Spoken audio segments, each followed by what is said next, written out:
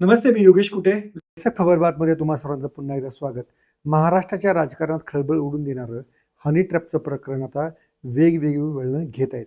याच्यामध्ये एक महत्त्वाची गोष्ट झालेली आहे की अधिकृतरित्या मुख्यमंत्री देवेंद्र फडणवीस यांनी जर या प्रकरणाचा इन्कार केला असला तरी अनधिकृतरित्या महाराष्ट्रातल्या अनेक शहरांमधले पोलीस या हनी ट्रॅपचा मागोवा घेत आहे, हे मात्र तेवढंच निश्चित आहे. याच्यामध्ये कोणाकडे सीडी आहे का, कोणाकडे याबाबत काही पुरावे आहेत का, याची सगळी छाननी सुरू आहे. आता हे प्रकरण लोक म्हणतात तसं की अनेकांचा बाजार उठवणारं ठरू शकतं. त्यामुळं सरकार याविषयी काही बोलणार नाही, सरकार अधिकृतरित्या काही सांगणार नाही. पण जे काही घडतं आहे आणि ज्यातनं काही वेगवेगळी पद्धतीने माहिती पुढे येत आहे ती मी तुम्हाला सांगण्याचा प्रयत्न करत आहे.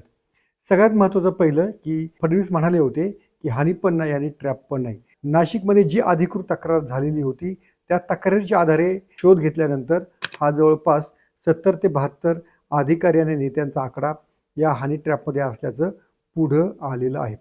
आधी एक आम्ही व्हिडिओ केलेला होता, त्याच्यामध्ये तुम्हाला सांगितलं होतं की नाशिकमधला एक ॲडिशनल कलेक्टर दर्जाचा अधिकारी याच्यापासून या प्रकरणाची खरे तर सुरुवात झाली.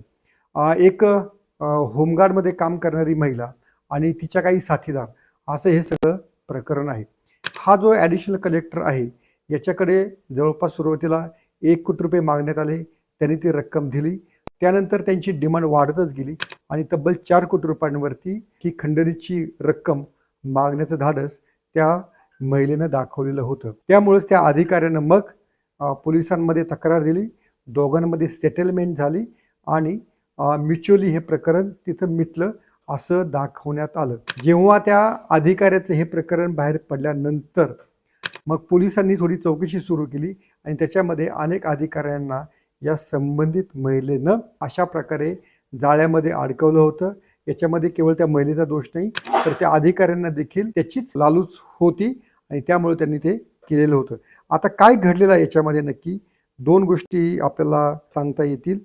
आता ही जी महिला आहे जी होमगार्डमध्ये होती ती म्हणे खंडणीखोर होती आणि तिनं असंच काही अधिकाऱ्यांना खंडणी प्रकरणामध्ये गोवलेलं आहे. त्यामुळं ती विश्वसनीय नाही आहे. तिची ती मोडस ऑपरेंडी होती. त्यामुळं तिनं केलेल्या तक्रारींची चौकशी करण्याची गरज नाही, अशा प्रकारे आत्तापर्यंत पोलिसांचा स्टँड आहे. तसं त्यांनी कोर्टाला देखील लिहून दिलेलं आहे. यामध्ये एक्साईजमधले काही अधिकारी आहेत, काही पोलिसांमधले अधिकारी आहेत आणि त्यामुळंच उच्च स्तरावरनं या महिलेच्या तक्रारीची दखल घेतली जाणार नाही यासाठी सगळे बाजूनं प्रयत्न केले जात आहेत. आता दुसरीकडे काय नेमकं घडलेलं आहे याच्यामध्ये दुसरं कनेक्शन उघडकीस आलं. हे नाशिक आणि ठाण्यापुरतं होतं. ही जी होमगार्डची जी महिला होती ती नाशिक आणि ठाण्यापुरतीची होती. आता पॅरलली दुसरं प्रकरण याच काळात उघड झालं, ते झालं जामनेरमधनं. जामनेरमधनं प्रफुल्ल लोढा नावाच्या माणसाला पोलिसांनी पॉस्को म्हणजे बाल लैंगिक अत्याचार प्रतिबंध कायद्यानुसार त्याला अटक केली. हा कायदा अतिशय कठोर आहे, अतिशय कडक आहे. याच्यामध्ये लवकर जामीन मिळत नाही. त्यामुळं इतका कठोर कायदा या प्रफुल्ल लोढाला लावण्यात आला. आता हा जो प्रफुल्ल लोढा आहे तो एकेकाळी गिरीश महाजन यांचा उजवा हात होता. एवढंच नाही तर त्याचा लोकसभा निवडणुकीच्या आसपास त्याचा भाजपमध्ये प्रवेश झालेला होता. तोही देवेंद्र फडणवीस यांच्या उपस्थितीमध्ये हा प्रवेश झालेला होता. हा प्रफुल्ल लोढा सामान्य माणूस होता, सामान्य कार्यकर्ता होता. मात्र एकनाथ खडसे यांच्या म्हणण्यानुसार हा गिरीश महाजन यांच्या जवळ गेला. गिरीश महाजन यांचं पडेल तो काम करू लागला. त्यातनं त्यानं उत्कर्ष साधला आणि तो काही आता कोट्यावधींचा मालक असल्याचं एकनाथ खडसे यांचं म्हणणं आहे.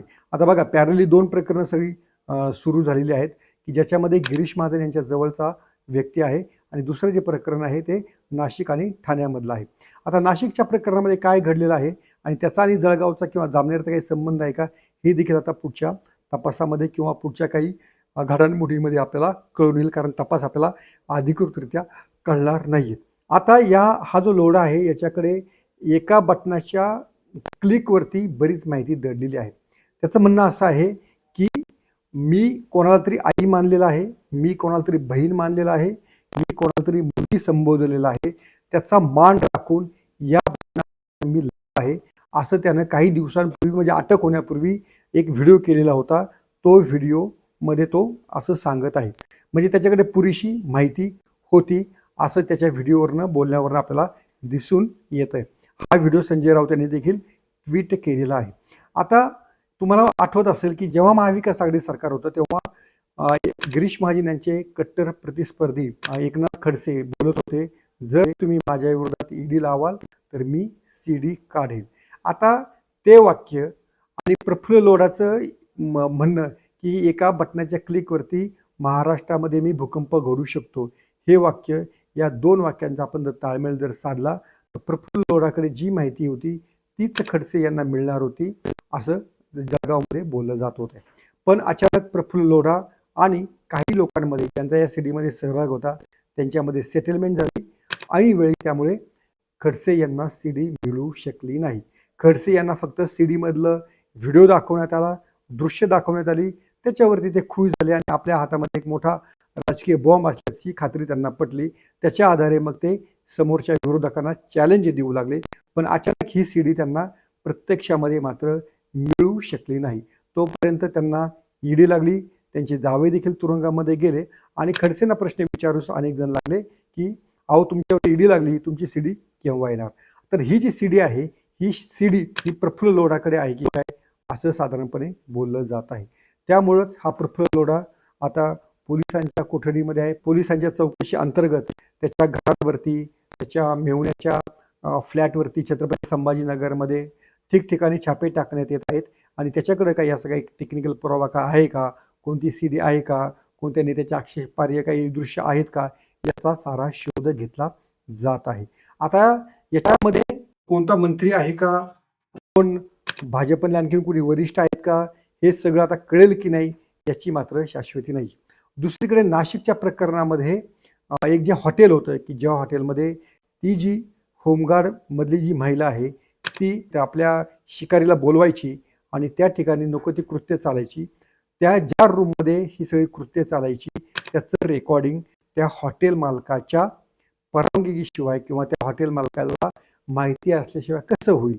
त्यामुळं हा जो हॉटेल मालक आहे आणि ज्याबद्दल देवेंद्र फडणवीस असं बोललेले आहेत की हा हॉटेल मालक काँग्रेसच्या नेत्यांच्या जवळचा होता. आता हा फक्त काँग्रेसच्या जवळचाच नाही हॉटेल मालक, तर हा हॉटेल मालक भाजपच्या जवळचा आहे, नाशिकमध्ये सर्वच त्यांच्या जवळचा आहे. नाशिकमधले अनेक अधिकारी त्या हॉटेलवरती जातात. त्या हॉटेलचं नुकतंच उद्घाटन झालेलं होतं आणि तिथे नाशिकमधले याच्यावत कोणी कलेक्टर म्हणू नका, CP म्हणू नका, DCP म्हणू नका, सगळे अधिकारी त्याच्या हॉटेलवर गेलेले होते. या हॉटेलमध्ये ती जी होमगार्डमधली महिला आहे, तिच्या ज्या इतर ज्या महिला आहेत त्या महिला मग असं सावज हेरायच्या आणि त्या रूममध्ये नको ते उद्योग चालायचे आणि त्या हॉटेलच्या मान्यतेनेच हे सगळं रेकॉर्डिंग व्हायचं आणि मग ती महिला आणि तो हॉटेलवाला देखील संबंधित अधिकाऱ्याला ब्लॅकमेल करायचा, असं साधारणपर्यंत कृत्य आहे. आता तो जो हॉटेलवाला आहे तो आता म्हणे परदेशात गेलेला आहे म्हणजे, आणि दुसरीकडे पोलिसांनी त्याचं हॉटेल सील केल्याचं देखील सांगण्यात येते. पण एक महत्त्वाची गोष्ट आहे की या हॉटेल मालकाकडे जर काही सीडी असतील तर नाशिक काय तर पश्चिम महाराष्ट्रातले अनेक नेते त्याच्यामध्ये सापडू शकतात असं बोललं जात आहे. त्यामुळं या हॉटेल मालकाचा देखील पोलीस शोध घेत आहेत आणि जो रूम किंवा ज्या रूम्स या अशा कामासाठी वापरल्या जात होत्या तिथले CCTV सगळे फुटेज चेक करण्याचं काम पोलिसांनी सुरू केल्याचं बोललं जात आहे. पण यातली अडचण अशी आहे की अधिकृतरित्या कोणीही याविषयी भाष्य करत नाहीत. नाशिक पोलीस करतायत ना, ठाणे पोलीस करतायत ना, गृह विभाग करतायत. त्यामुळं या प्रकरणी संजय राऊत, एकनाथ खडसे आणि प्रफुल्ल लोढा यांचे जे व्हिडिओ बाहेर पडत आहेत त्याच्या आधारे हे लोक लिंक्स लावत आहेत. प्रत्यक्षामध्ये नाना पटोले यांच्याकडे जो पेन ड्राईव्ह होता त्या पेन ड्राईव्हमध्ये जर खरोखरीच असं काही स्फोटक जर काही असेल तर तो आत्तापर्यंत मीडियाच्या हातामध्ये पोहोचायला पाहिजे होता, पण तसा तो पोहोचलेला नाही. त्यामुळे या प्रकरणामध्ये आत्तापर्यंत तरी असं दिसतं आहे की प्रफुल्ल लोढाचं एक वेगळं हनी ट्रॅपचं प्रकरण आहे, एक नाशिकचं वेगळं हनी ट्रॅपचं प्रकरण आहे आणि याच्यामध्ये काही नेते मात्र कॉमन आहेत, कारण ते नेते नाशिकशी संबंधित आहेत, जळगावशी संबंधित आहेत, अहिल्यानगर या जिल्ह्याशी देखील संबंधित आहेत. आता याच्यामध्ये संजय राऊत यांनी पुढे जाऊन असं देखील बोललेलं होतं की जे 2022 मध्ये उद्धव ठाकरेंचं सरकार पाडण्यात आलं त्याच्यामध्ये देखील या हनी ट्रॅपचा वापर करण्यात आलेला होता. आणि शिवसेनेचे जे कोणी 4 खासदार आहेत ते 4 खासदार देखील शिवसेना सोडून जेव्हा एकनाथ शिंदेंकडे गेले ते 4 खासदार देखील या हनी ट्रॅपशी संबंधित आहेत. त्यांच्याबद्दल देखील काही आक्षेपार्ह व्हिडिओज काही लोकांकडे होते आणि त्यातनंच त्यांना ब्लॅकमेल करून शिंदे यांच्याकडे नेण्यात आलं. आता 2-3 गोष्टी आहेत की प्रफुल्ल लोढा तो जर तुरुंगातनं कोठडीतनं बाहेर पडला तर तो काही मोठा स्फोट करणार का? आता गृह खात्याची चौकशी करत आहे अनधिकृतरित्या, कारण प्रत्यक्षामध्ये गुन्हा दाखल झालेला नाही आहे. सगळं जे काय आहे ते फक्त तक्रारीच्या स्वरूपात आहे. त्यामुळं त्यातली सेटलमेंट देखील झालेली आहे. पण राजकीय हत्यार म्हणून याचा पुढे मागे वापर होऊ शकतो. यातला धोका ओळखून हा एक तपास गोपनीय पद्धतीनं सुरू झालेला आहे. त्यामुळं आत्तापर्यंतची ही सगळी माहिती होती आणि एकनाथ खडसे आणि संजय राऊत यांच्याकडनंच काहीतरी पुढे स्फोट होण्याची शक्यता आहे असं सध्याचं तरी चित्र आहे. तुम्हाला हा व्हिडिओ कसा वाटला आवर्जून सांगा. सोशल मीडियाच्या भाऊ गर्दीत विश्वासार्हतेने चकाकणारे नाव म्हणजे लेट्सअप मराठी. सगळ्यांना, सगळ्या नागरिकांना ती स्पीच, ती लेट्सअप वरील मुलाखती म्हणजे विचारांचा खजिना. त्यानंतरच्या निवडणुकीमध्ये मला सोडून गेले. बातम्या केवळ वस्तुस्थिती सांगणाऱ्या, न प्रोपगंडा, फक्त जनतेचा अजेंडा. क्योंकि आने वाला कल जाने वाला है, जाने वाला कल आने वाला है. राजकारण, मनोरंजन असो की क्रीडा क्षेत्र, महाराष्ट्राची स्पंदने संवेदनशीलतेने टिपणारे माध्यम म्हणजे लेट्सअप मराठी. जगासोबत एक पाऊल पुढे राहण्यासाठी लेट्सअपचे ॲप, सोशल मीडिया आणि वेबसाईट सोबत कनेक्टेड रहा.